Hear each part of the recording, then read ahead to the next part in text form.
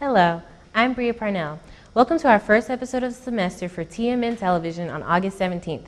Tonight we learn about the new Vice President of Academic Affairs. Later, we get a Truman Sports update. These stories and more on TMN Television. You don't want to miss this. We have a problem. An epidemic. It's infectious. Like a disease, spreading to every university across the country. It affects every community, Every campus. Every student. It can leave its victims feeling hopeless. Confused. Scared. alone. Approximately 95% of these cases go unreported. It's time to get serious about ending sexual assault. Be the one to start the conversation. Be the one to report a sexual assault.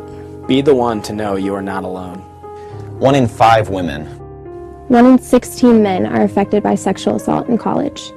Be the one to support those affected. Be the one to ask if they're all right. Be the one to ask for help. Truman provides confidential and non-confidential resources to anyone impacted by sexual assault. Be the one to say no. Be the one to intervene when consent hasn't been given. When consent can't be given. Be the one to not blame the victim. Be the one to get your friends home safe. Be the one to tell them they've had too much to drink.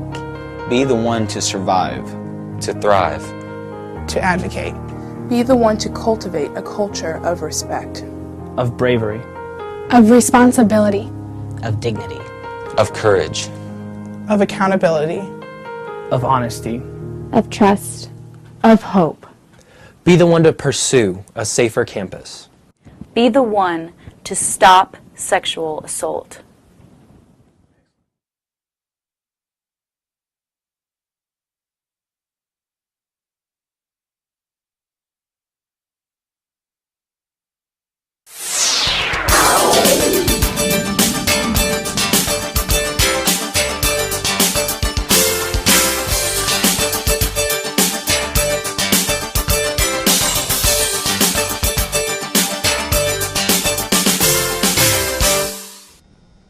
Janet Gooch was installed as Executive Vice President of Academic Affairs this summer on July 1st. Before her position as Provost, Gooch was Interim Dean for the Department of Science and Mathematics. Gooch says her previous experience has helped her gain relationships with the deans of various academic departments and allowed her to help them facilitate their program goals.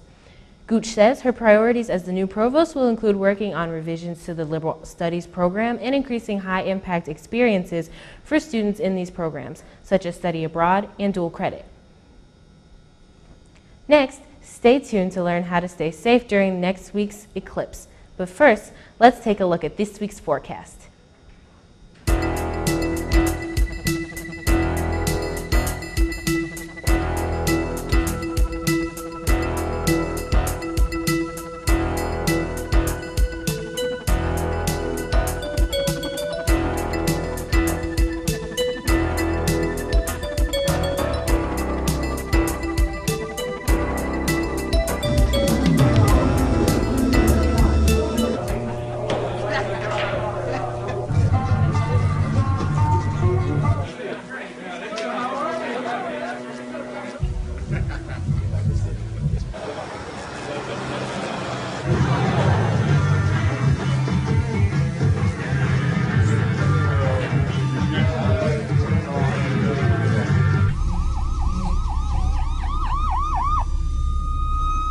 Violence broke out at a white nationalist rally in Charlottesville, Virginia on Saturday, August 12th, following the storming of the University of Virginia on Friday. Both the rally and the storming of the university came from What year produced the most decision to get rid of some of its Confederate memorabilia, including a statue of Confederate General Robert E. Lee. Violence came from both opposition for the far-right groups and the nationalists themselves. One person was killed and 19 others were injured after a speeding car drove through a crowd of protesters during the rally. In addition to the 19 injuries, the city says at least 15 others were injured in relation to the rally. Virginia Governor Terry McAuliffe held a press conference in response to the violence, urging the nationalists to go home and that they were not welcomed in the city. President Donald Trump responded to the violence by saying he condemns all forms of violence from both sides. Because of the rarity of a solar eclipse, many people will want to see it on Monday, August 21st. There are dangers associated with viewing an eclipse, however. Vayu Gokhale, an assistant professor of physics and astronomy, says the normal reflex is for people to look away from the sun because of the excessive brightness, but they will be compelled to look during the eclipse as the moon will temporarily block this light. Regardless, he recommends watching through solar filters in special glasses, telescopes, and binoculars to prevent eye damage. He says finding legitimate eclipse glasses can be difficult because manufacturers have found ways to replicate the safety markings. Truman's budget has officially been cut to where 9% of funds will be withheld. The Missouri General Assembly was originally planning to cut 6.6%, but Governor Eric Greitens decided on the final 9%. The university was proactive in planning for the 9%, resulting in the surcharge last semester, as well as the tuition increase implemented for the upcoming fall semester. The university has also spent time planning cuts and adjustments. The university would like to protect academics by not cutting any programs and protecting student support services. Programs that will be affected by the budget cuts are the library and provost's office. Faculty and staff raises have also been cut. The Stokes Stadium $1 million renovation is coming to a close. The stadium that began renovation during the spring semester of 2017 will be opened back up for the upcoming fall semester. The renovations include new turf for the football field, a new track, a new press box, and various new track and field equipment. The stadium is home to not only the Fighting Bulldogs football program, but also various athletic groups on campus, including the rugby team, track and field, and the soccer team. The stadium can also be used for students wanting to run on the track and clubs that practice there. Plans for the stadium include regularly scheduled football games and the GLVC Outdoor Track and Field 2019 Championships. The football team has already begun practices. The press box and the track are still incomplete. Assistant Athletic Director Kevin White said the press box interior should be finished around September 16th. Track and field head coach Tim Schwegler said the track is on schedule for the team to begin practices despite the need for the asphalt to settle. Stay tuned for your Truman Sports update. We'll be right back. All right, you ready for some baseball trivia? Let's do it. What year produced the most no-hit games in the big leagues? 7 no-hitters in 1990. Wow, that's right. Now a question that's not trivial. How many children will witness bullying this year? The answer? 3 out of 4. 75%? That's right. How many of them will say something? Kids want to help, but don't know how. Teach them how to stop bullying and be more than a bystander at stopbullying.gov. The football team looks to bounce back from narrowly missing the playoffs last season despite owning an 8-3 overall record and a 7-1 conference record. Defensive coordinator Kellen Nesbitt said the team should not be complacent despite returning a majority of their players. The Bulldogs have put in work over the summer and in training camp to integrate all newcomers into their system. Their first game is August 31st at Michigan Tech University.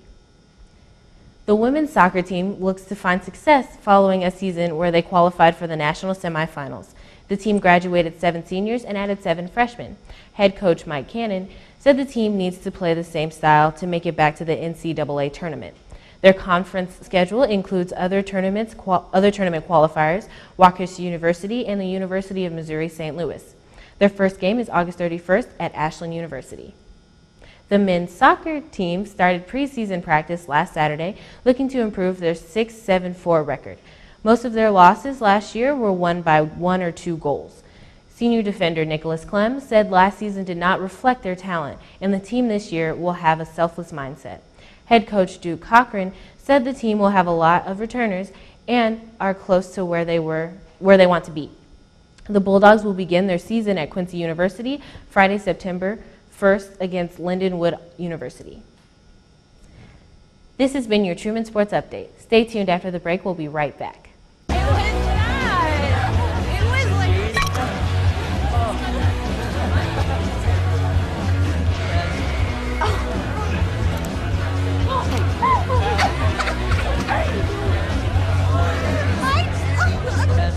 It's easy to tell if you've had way too many. But what if you've had just one too many? Buzz driving is drunk driving.